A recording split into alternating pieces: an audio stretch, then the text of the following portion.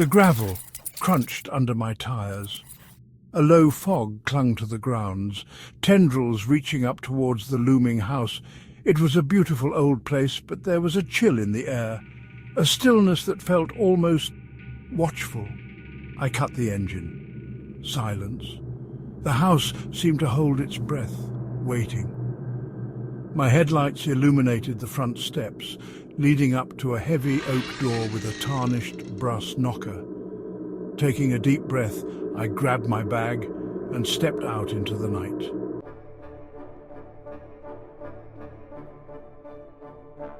They were an older couple, their faces etched with a strange apprehension, a mixture of relief and anxiety. They ushered me inside quickly, their words tumbling over each other in a rush of apologies and last-minute instructions. The house smelled old, like dust and damp wood. The woman, her hand trembling slightly, handed me a heavy antique key. "This is for the back door," she whispered, her voice strained. "We'll be back in 2 weeks. Just please make yourself at home."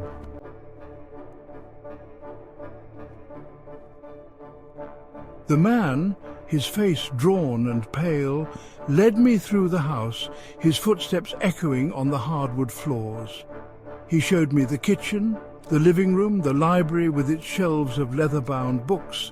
Then he stopped, his gaze lingering on a heavy oak door at the end of the hallway. "And that," he said, his voice barely a whisper, "is the basement. You won't need to go down there. In fact, we ask that you don't." He looked at me then, his eyes pleading. "It's just for the best."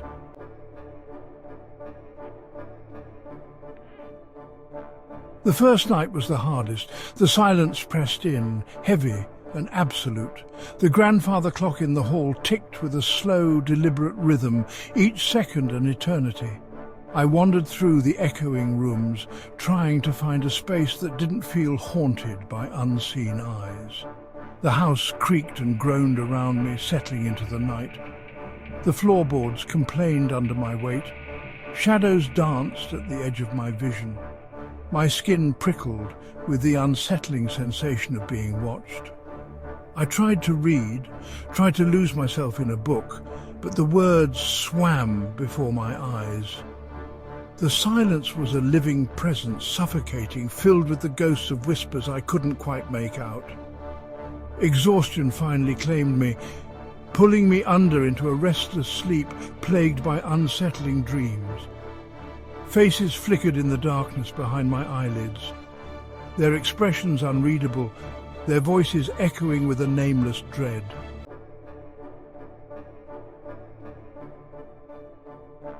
The couple had a cat, a sleek black creature with emerald eyes that seemed to see right through me. It moved like a shadow, always present, always watching. It followed me from room to room, its silence oddly unnerving. It never went near the basement door. In fact, it seemed to avoid that end of the hallway entirely.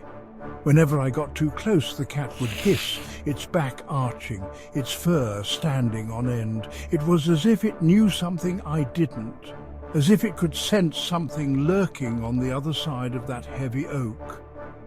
I tried to rationalize it, told myself it was just an animal's natural aversion to a dark and unfamiliar space. But deep down, a seed of unease had been planted.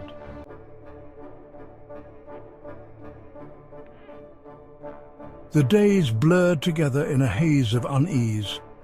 I lost track of time, days bleeding into nights. The silence of the house became a cacophony of whispers, creaking floorboards, and the unsettling chime of the grandfather clock. One night, as I lay in bed trying to ignore the oppressive atmosphere, I heard it. A sound. It drifted from the hallway, a soft, sibilant whisper. My heart hammered in my chest. I held my breath, straining to hear. The whisper came again, closer this time. It was faint, almost indistinguishable from the creaking of the old house, but it was there, and it sounded like my name.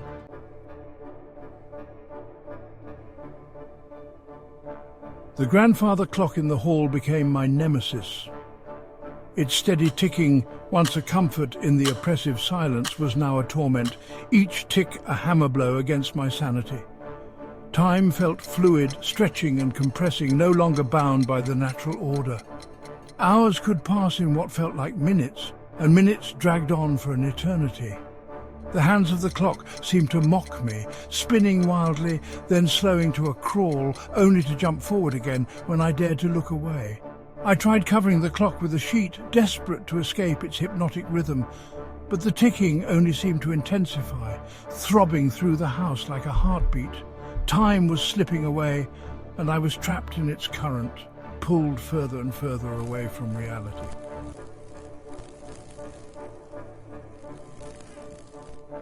The shadows grew bolder, more defined. They danced at the edge of my vision, taunting me, daring me to acknowledge their presence. Objects began to move, subtly at first, a book misplaced, a chair slightly askew. Then more brazenly, a lamp crashing to the floor in the dead of night, the distinct sound of footsteps echoing through the empty house. I knew I was losing it. The house was getting to me, worming its way into my mind, playing tricks on my already frayed nerves. Or was it? The doubt gnawed at me, a constant companion to the fear that coiled in my gut. Was I going mad? Or was something truly sinister happening within these walls?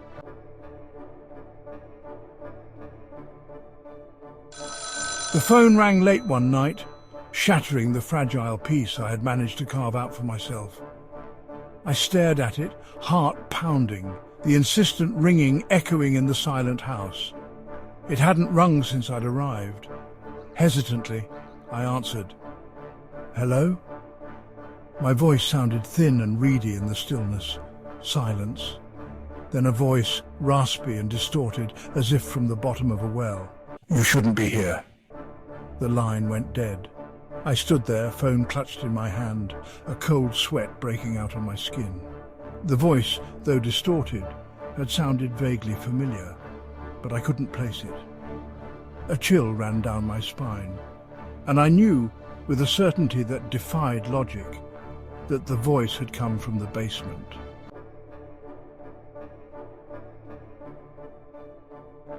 One afternoon, as I wandered through the house, drawn by an invisible force, I stumbled upon a hidden door concealed behind a heavy velvet curtain. It was in the library, tucked away behind a towering bookcase. Curiosity, or perhaps a morbid fascination, compelled me to open it. Inside was a small, dusty room, lit by a single cobwebbed window, and on a table in the center of the room lay a single photograph, face down. I picked it up, my fingers trembling slightly, and turned it over. The image was me, but different, older. We were standing on the front steps of the house, a chillingly familiar smile on my face.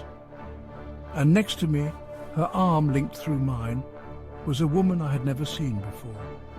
Her eyes, though, held a terrifying familiarity. It was the woman from my dream. The woman from the basement. The photograph slipped from my grasp, fluttering to the floor like a fallen leaf. I stumbled back, my mind reeling. The house knew me. It had been waiting for me.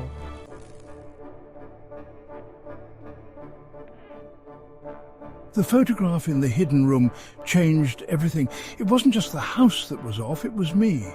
Or I guess some version of me that existed in this place, in this warped reality the house seemed to embody. And the basement was the key. The pull towards it was a constant magnetic force. I found myself drawn to it, my feet moving without conscious thought, my hand reaching out to touch the cold, rough wood. It called to me in the silence, a low hum resonating deep within my bones. I tried to fight it, to rationalize it away. It was just a basement after all. What harm could there be in a few dusty boxes and forgotten memories?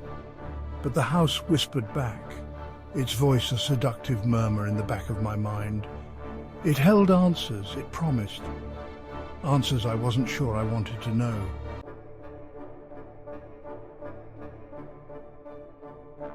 Days turned into nights, And still I resisted the pull of the basement. Logic warred with the growing obsession that took root in my mind, twisting my thoughts, fueling my nightmares. Sleep offered no escape, only a deeper descent into madness. The whispers followed me everywhere, growing louder, clearer.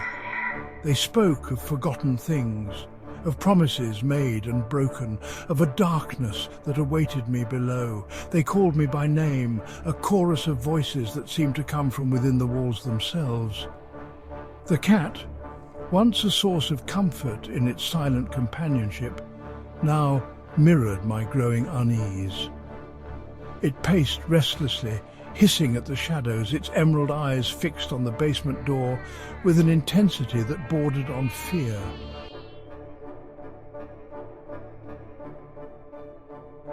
One particularly harrowing night, as I stood before the basement door, my resolve crumbling, the cat darted in front of me, its back arched, its fur standing on end. It hissed, a guttural sound that sent shivers down my spine. But it was its eyes that truly unnerved me. They glowed with an eerie luminescence reflecting no light from the dim hallway. It was as if some unseen force looked out from within the animal, a warning etched in its primal gaze. I stumbled back, my heart pounding in my chest. Was the cat trying to protect me? Or was it simply a creature of instinct, sensing a danger I couldn't comprehend? Whatever the reason, its warning struck a chord of fear deep within me.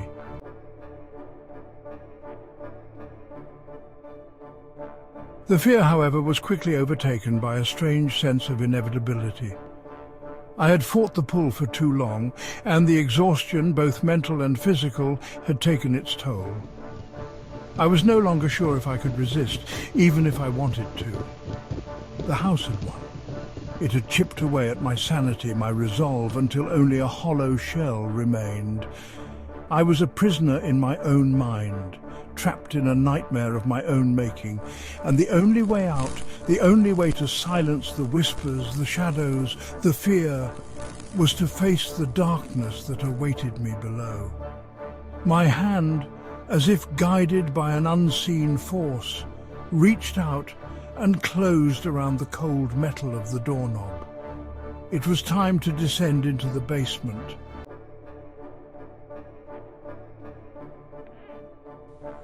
The basement door creaked open, a low groan that echoed through the silent house. The air below was stale and cold, carrying with it the scent of damp earth and something else, something ancient and vaguely unsettling.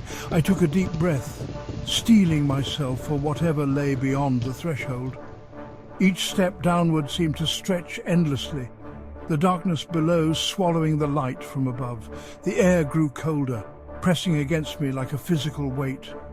The whispers, once distant and indistinct, now swirled around me, a chorus of voices that seemed to emanate from the very walls themselves. Fear, primal and consuming, threatened to overwhelm me. "Turn back," it urged. "Turn back while you still can." But the pull of the basement, the need to understand the hold it had over me, was stronger. I continued my descent, each step taking me further into the heart of the unknown.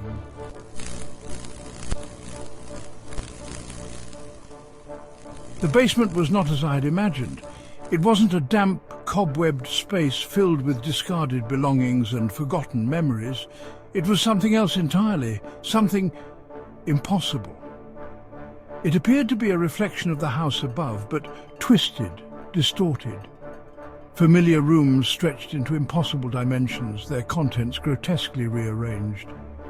Furniture was overturned. Shadows danced in the flickering light of unseen candles, and the air hung heavy, thick with the dust of ages. The whispers were louder here, more distinct. They spoke of me, of my life, of secrets I had long buried. They spoke of the house, of its history, of the darkness that dwelled within its walls. And they spoke of her, the woman from the photograph, the woman who haunted my dreams.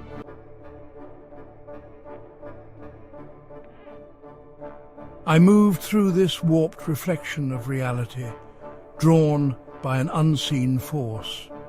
Each room I entered held a distorted echo of my life, my memories, my fears. Time seemed to have no meaning here, past, present and future, blending seamlessly into a terrifying tapestry of what was, what is and what might be. Then I saw her. A flicker of movement at the end of a long dark hallway, a whisper of my name, spoken with a chilling familiarity. She stood in the shadows, her form partially obscured by the darkness, but her eyes, those hauntingly familiar eyes, pierced through the gloom, locking onto mine. The fear I had felt before paled in comparison to the terror that gripped me now. This was not a dream, this was real, and she was waiting for me.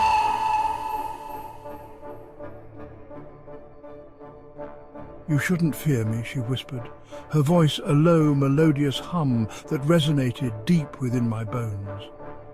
I wanted to run, but my feet were rooted to the spot, frozen by an unseen force. "This house," she continued, "is bound to you, and you to it. It remembers what you were, what you are, what you will be." I flinched, but she only smiled, a chillingly beautiful expression.